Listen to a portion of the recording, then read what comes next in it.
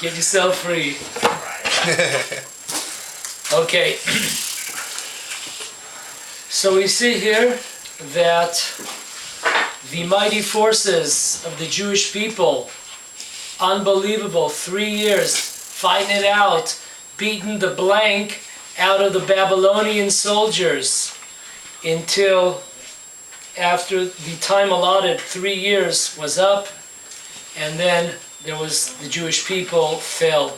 It was God that gave the Jewish people strength to last the siege for 3 years. It was God that gave the warriors of the Jewish people success, and the same God that after nothing was changing, nothing was happening, same God that brought us down to defeat.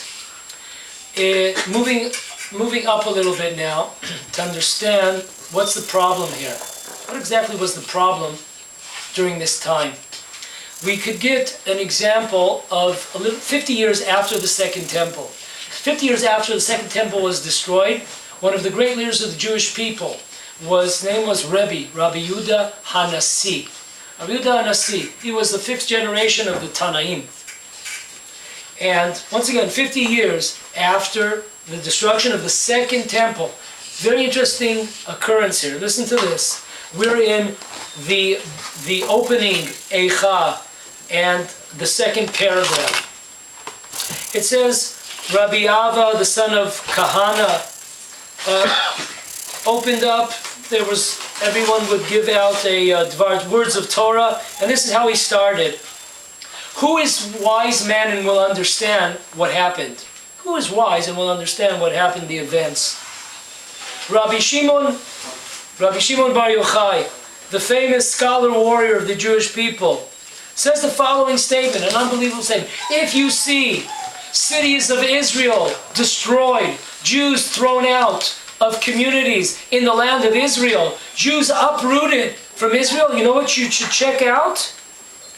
You should know, Rabbi Shimon Bar Yochai is telling us this inside information. You should know the reason why these communities were uprooted, expelled, was because of the fact that the Jewish community did not make sure that their children and the teenagers and the young married men, they did not put in enough money to make sure that everybody, every Jew, every Jewish child, and as we go along life, would have a Jewish education, a Torah education. So people saw that if you wanted to study Torah, it was almost impossible because you weren't able to financially make it. So they didn't learn Torah. Whether they were young kids, they had to go to work, or whether they were teenagers or young married couples. So Rabbi Shimon Bar Yochai says, unbelievable. If you see that Jews are being expelled from the land of Israel, check and you'll find and you'll see that there's a problem, that there's not enough support of Jewish learning amongst the Jewish community. And there he brings down a verse from, if I'm not mistaken, Jeremiah. And he says the following. Why was the land of Israel desolated? What happened? And God says that they left my Torah. They left my Torah. That's why the land of Israel was desolate. And here's the story. Rabbi Yehuda HaNasi, the leader of the Jewish community, 50 years after the destruction of the Second Temple, he sent two of his messengers. One was Rabbi Asi and the other one was Rabbi Ami, that they should go into various communities in the land of Israel. They should go in the various communities in the land of Israel. And there, when they arrive at these communities, they should ask leaders of the community, can you please bring us the guards, okay, and the protectors, the guards and the police of your community. Can you do this for us? So they go from community to community. We have Rabbi Asi and Rabbi Ami. And they come and they speak to the leaders of each community. Can you please bring the guards, the soldiers, the protectors of the city? Can you bring them to us, please? We want to meet them. So the communities, one after another, they brought the guards that are at the front of the stores, and they brought the soldiers, and they brought the police, and the undercover. And Rav Asi and Rav Ami looked, and they said, no, you don't understand. We asked for you to bring us the protectors of the city, the guardian angels of the city. What are you bringing us here? The guards and the police and the border police and the soldiers. What's going on here? These are not protectors of the city. These are uprooters of the city. Uprooters of the city? Yeah. So who are the protectors? Rabbi Yassi, Rabbi Ami, who are you looking for? We're looking for the true protectors. Those Jews that learn Torah, that study the Torah. Those are the true protectors of the Jewish people. Those we wanted you to bring. And now they understood. Now they understood why the cities were destroyed. The Jewish people, 50 years after the destruction of the temple, their vision, their take on who protects the Jewish people was the guards, the police, the border police, the soldiers, security guards. Those are the protectors of Israel. They didn't get the message that the people that really protect the Jewish people are the Jews that study the Torah. Why is that? Why is that? So one of the commentators on our sages says an unbelievable Torah here. Why are these people the guards? Why are they called the uprooters? They're the uprooters of the city? They're the uprooters of the city? What is he talking about? Don't we need to protect ourselves? Don't we need an army? Don't we need police force? What's going on here? He says the following, unbelievable Torah, he says here. He says, because of the fact that all these people caused the Jewish people to take away their trust from God. They began relying on their own strength, their own intuition, their own knowledge, their own brainstorms. This was the beginning of the end for the Jewish people. That was the problem. Of course, a person is obligated to protect themselves. Of course, a person has to have a Jewish army. When Joshua came in here, he fought, and when the Maccabees came, they fought, and Jews have been fighting. That's not the point. The point is, where does the credit go? What saves the Jewish people really? On a deep level, on a true level, on the spiritual level, truthful level. Who is saving the Jewish people? That was the problem. Not that you have guards, that's fine. But when Rav Asi and Rav Ami came under the orders of Rabbi Yehuda Nasi, and he wanted to prove his point, why Jews were expelled from the land of Israel at the time of the Second Temple. And he wanted to prove this point. And he went from city to city. He went from city to city, and he asked the leaders of the community, please show me your defenders, please show me your guards. And in every city, one after another, they brought in, the big guys, big muscles, brought in the big weapons over there. Here's our defenders, here's our guardians. These are the protectors of Israel.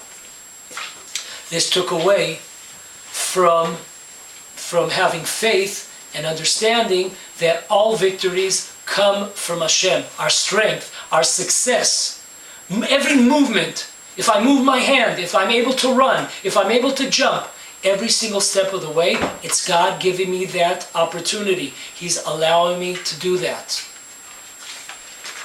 To get this point, hit this point home, there's an amazing two sources of one of the one of the special characters of the Jewish people some 200 years ago. His name was Rabbi Levi Yitzchak of Berditchev. And a lot of people know a lot of stories about him, but believe it or not, he has a commentary on the Torah. He wasn't just a guy that, ran around all day and he had all these stories.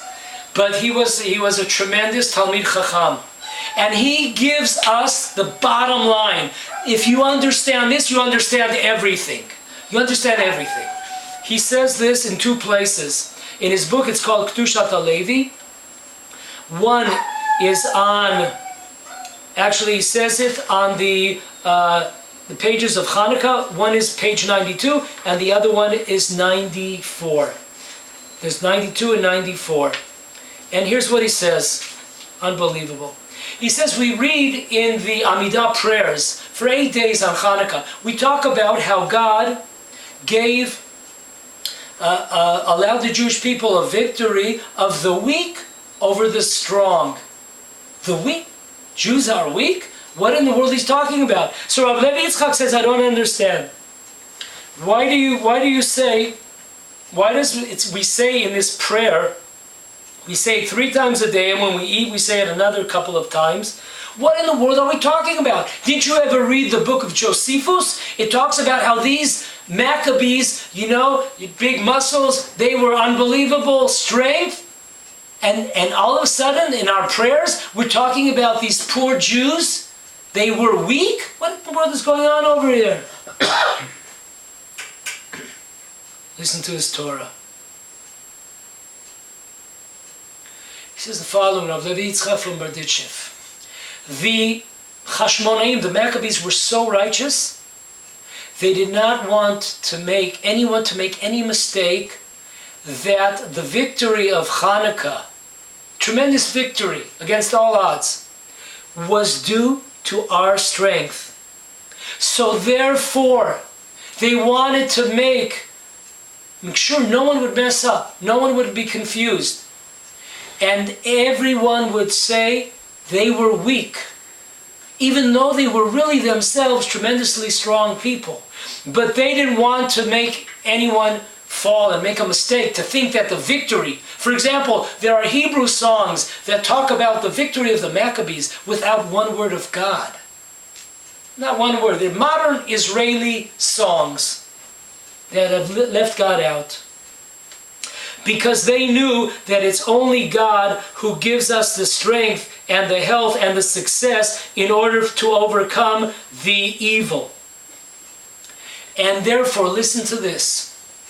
When a person goes out and does what he has to do, because God commanded us in this world to go out and to do things and to be active, proactive. But the more active we are, the more modesty, the more humbleness that we need not to make the mistake. Once again, a person that sits all day and sits and learns, he doesn't have a big test here, because he understands that it's all from God, because he's sitting down in the corner. He's not doing too much. But the more you get out there, the more that you make an effort, and you put in the extra mile, and you're working hard, the natural tendency is to say, it's me. It's me. When a Kohen blesses the Jewish people, oh God, if he thinks that he's blessing the Jewish people. That's why the verse says, Va'ani avarchem. God says, right after he commands the Kohanim, the priests, to bless the Jewish people daily, he says, I will give the blessing. Huh? But what are those Kohanim doing? I thought they're blessing us. Got it wrong. God told us to go out and say those words. But the blessing, not from us. Blessing is only from Hashem.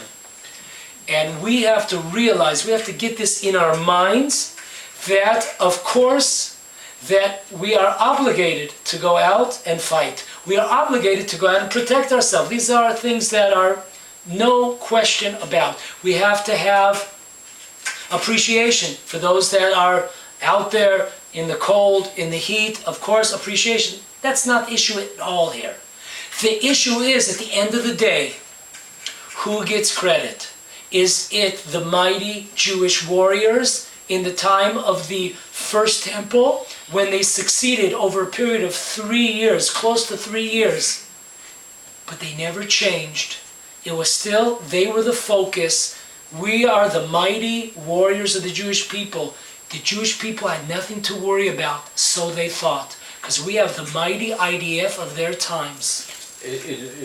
So there's a unique balance that's required between the inyan of lema'et banes and lishtadel and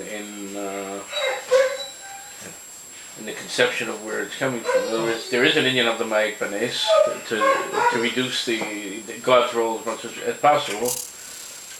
For sure. That balance is very dangerous. Rabbi Dessler speaks many pages and pages about everyone has a different balance. And everybody, if you step up too much, you're going to pay for it. If you step too less, you're also going to pay for it. So we have to plead to Hashem that He shows us the way. This is just, there are 2 places, but just to save a little bit of time, you read it when you have an opportunity. I read one source of the 2 of Rabbi Levi Yitzchak, because he brings this twice, this idea, an amazing idea, that really the Maccabees were tremendously strong people and they were tremendous warriors. However, they made sure that the prayers would say that they were weak, in order that there would be no mistake and no one would conceive in their mind that to give credit to the success of the revolt to the Jewish people. That's why it's an amazing prayer. If you read the prayer, there is no mention whatsoever of even thank you to the Maccabees. It says, God, you revenge. God, you went out. Everything is God. If you read that prayer of Al Anisim, it's an amazing thing. Hey, what about us? Hey, remember us? We were there on the battlefield. Remember we were sweating it out? Remember we were in that hole? Remember we were in the mud? We were in the cold, we were in the rain, in the heat? It was, hey! No mention. So folks, back to fast forward it. That's exactly what Rebbe was telling us. There's no problem. Every city has to have its, its guards. Every city has to have its soldiers. That wasn't the question. But Rebbe showed the Jewish people that when they heard defenders of Israel, the guardians of Israel, they associated the men in green, the men in yellow, the men in gray, and the men in black. Those people are the guardians of Israel, not those people that are learning Torah and doing the commandments. Those are not the guardians of Israel. Those are leopards. Those are people that, they're not really Jews because they don't participate. So that's the idea here. During those 3 years, nothing changed amongst the Jewish people. Why? Because they put their faith not in Hashem, and then to make a change, they put their faith in the warriors of their time, and therefore nothing changed.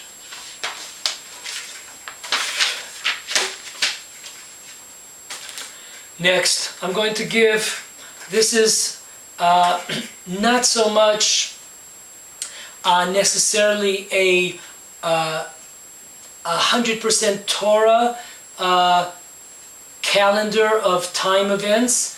It's more of a Jewish secular timetable, but just a little bit to get things straight, I'm going to bring it a few of our date lines, just to understand what was going on during the first temple, 10th day of Tevet. Okay, we're from the year 609 before the Common Era, BCE, to 605, Egypt, right? The state of Egypt, during this time, which was during the time of the first temple, 609 years before BCE, before JC, the Egyptians had just conquered most of the Middle East, okay, during this 40-year period, 609, 605. Next, in the year 605, Nebuchadnezzar, the king of Babylonia, rises up, and he's able to conquer various strongholds of the Egyptians. So for 4 years, the Egyptians are riding on the horse, successful, and then 4 years later, the Babylonians come, and now they're the big bully on the block. They're taking over the strongholds, the fortresses of the Egyptians. Babylonia wants to destroy any nation that is connected to Egypt, because the big guy on the block at this time, as we see, was Egypt. They were they were the empire.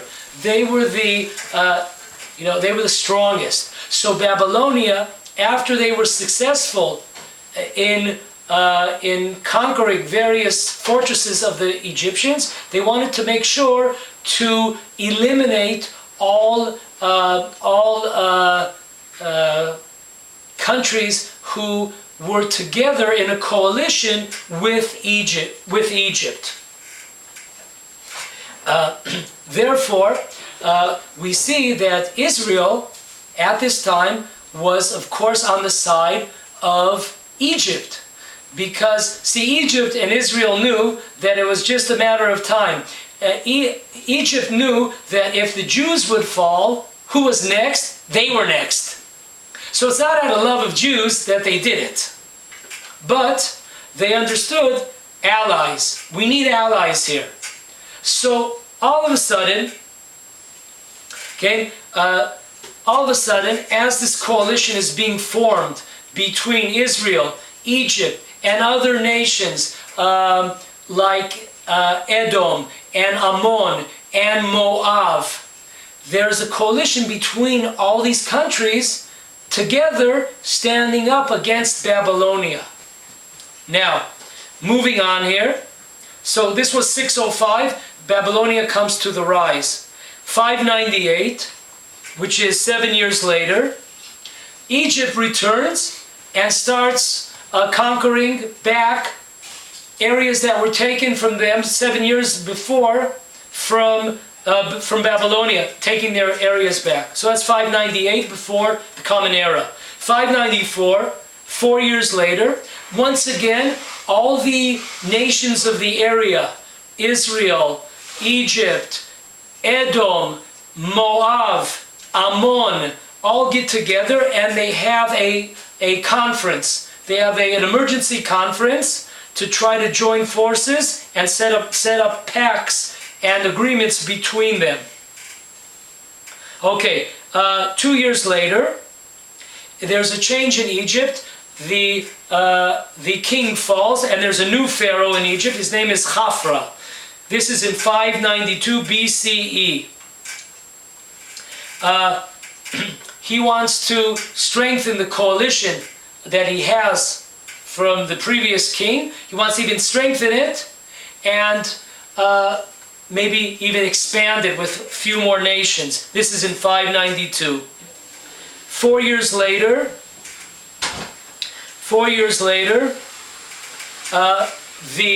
in 592 BCE, in 588 BCE, the siege of Jerusalem begins.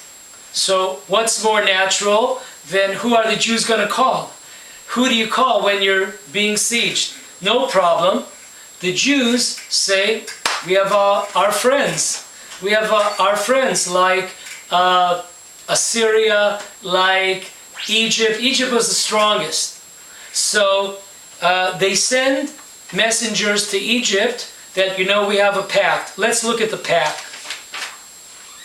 Listen to this, unbelievable. It says in Eicha Rabbah, it says in chapter 5, paragraph 6, it says the following, that the Jewish people, what they did was that they would send from the land of Israel, especially in the Galilee, they would send olives and olive oil to the Egyptians.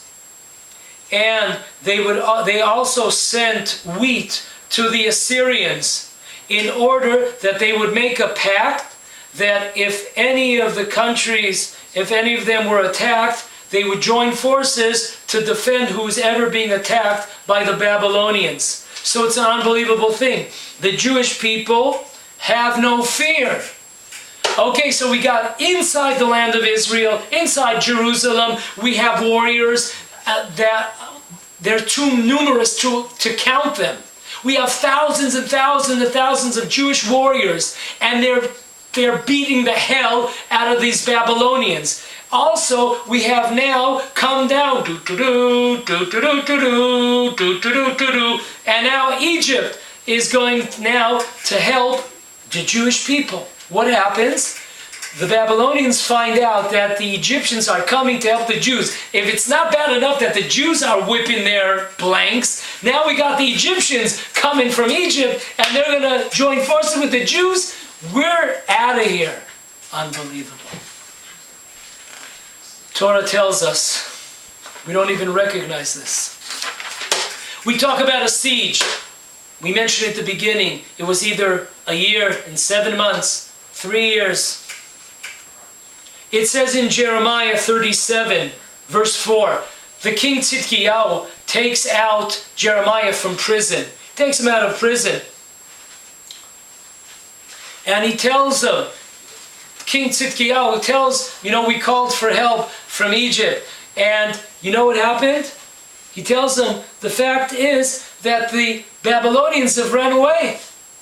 Babylonians have run away. They had Jerusalem under siege, and now they were surrounded. They surrounded us. They're gone. Unbelievable victory. How long did this go on for? It doesn't say in any of our sources. How long did the Babylonians leave the siege? According to I have a friend who's a unbelievable, one of these, Bible scholars. He's really unbelievable. He gives classes all over Israel. He told me, it's really hard to know. It was probably 4 months. So we have a year and 7 months of a siege, but we have to reduce from that amount. We have to take off some months. 4, 5, 6. Unbelievable. And this is what the king of Israel, Tzidkiyahu, he tells Jeremiah, you know what? Things are great. Remember, Jeremiah, you were telling us about a destruction. You told us about Israel was going to be uprooted and destroyed and desolate. And the temple is going to be, look what's going on. From the inside, we got our warriors. We got the mighty IDF.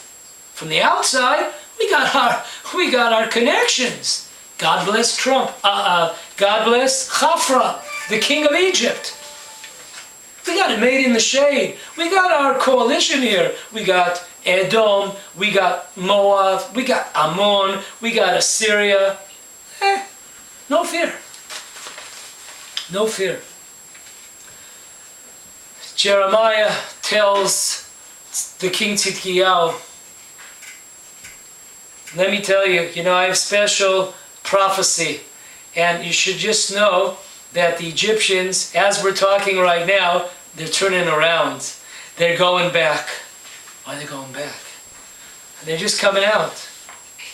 I don't understand. We have a pact. We have an agreement. We have a treaty with them. Listen to this unbelievable Torah.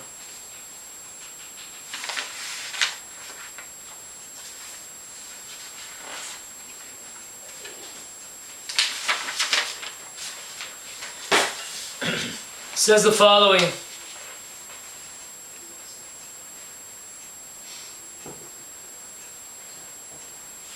In Eicha, 4th chapter, Eicha Rabbah, 4th chapter, 20, paragraph 20. It talks about at the beginning how the Jewish people had a treaty with the Egyptians, that if anyone's attacked, they would come to help each other. So, the Jewish people are under siege by the Babylonians, 10th day of Tevet, right? It started. So they're getting out, they're coming on the ocean, and they're getting into their ships, and they're coming to save the Jewish people. But what happens? God intervenes here, and all of a sudden in the water, these things start popping up. Now from a distance, it looks like dead bodies. All over the place, all over the water. You have hundreds and hundreds of Egyptian vessels, ships out there, and all of a sudden, all over the place, it looks like these bodies are going up to the top of the water. So everyone's getting a little bit nervous over here. So they're asking their commanders, what's going on over here? So God puts this idea in the commander's head. Listen to this idea. Commanders tell their soldiers, oh, listen, you were too young, but about 900 years ago, before you were born, you know, the Jewish people left Egypt, and they stole all our money, and they stole all our, possessions, and they left. So we chased after them. After a couple of days, we chased after them, and then they went and they passed over the Red Sea, and we followed suit, and there was some kind of wind at the time. There was some kind of unusual tsunami that took place, and all the Egyptians drowned. This was 900 years ago. What? These people, these Jews that we're going to help right now under siege in the land of Israel by Nebuchadnezzar, the king of Babylonia, these are people that drowned our forefathers, our grandparents, and we're going to help them. What kind of suckers are we? We ain't no suckers. We're going back. And there's this tremendous uprising amongst the soldiers, and sure enough, our saviors, the Egyptians, go back home to Egypt, leaving the Jewish people alone. And some months later, the Babylonians come back to the land of Israel and under siege one more time. So folks, it's an unbelievable scenario over here. What is going on? The 10th day of Tevet, like we've never understood or never heard. It's an opportunity. If we could turn ourselves around, if we could change, if we could repent, if we could understand where our success, where our victory lies, not in our own strength and not in the nations of the world. That's the connection here. This time, this year, more than any, we could see, we could understand what's going on. We see in front of our own eyes, we see Iran, 5 kilometers from Israel, 5 kilometers, the Iranians, Hezbollah with them, Russia. We see what's going on. And we keep on talking about the mighty IDF. And then I walked this past Sabbath, I was at my mom's house in Jerusalem, and I walked before sunrise to pray at the Western Wall from where my mom lives. And all down those familiar Agron Street, there are signs, dozens of signs. God bless Trump. God bless Trump. And of course we're coming off the declaration, or so-called declaration, of moving the embassy from Tel Aviv to Jerusalem. And our big savior is now the United States, our big friends. They're taking off $285 billion from the UN, those dogs at the UN. And, we got it made in the shade. We have our our treaties, and we have the countries that love us and will protect us if we're ever under fire. All of this rising to the top right at this time of the year, and it's not accidental, because we have learned no lesson. We continue the same mistakes. The 10th day of Tevet is an opportunity. Every year God decides what's going to be with the temple this year. At the time of the first temple, if we would only waken up, God gives us strength and victories in order for what? In order to praise ourselves and talk about how mighty we are and how great we are, and no one could defeat us, and the greatest and the most smart and the most technological army. Once again, you have to have an army. You have to defend yourselves. But you also have to know, basic, is that it's not the army, and it's not the warriors, and it's not the guards, it's not the police, and it's not the technology, it's only Hashem that is really protecting us. We have to do what we have to do, but pulling the strings, making victory or defeat, not at all connected. A person has to try. There is no thank you. A person has to go out and work. A person has to toil. However, no connection between success and the amount of toil, effort.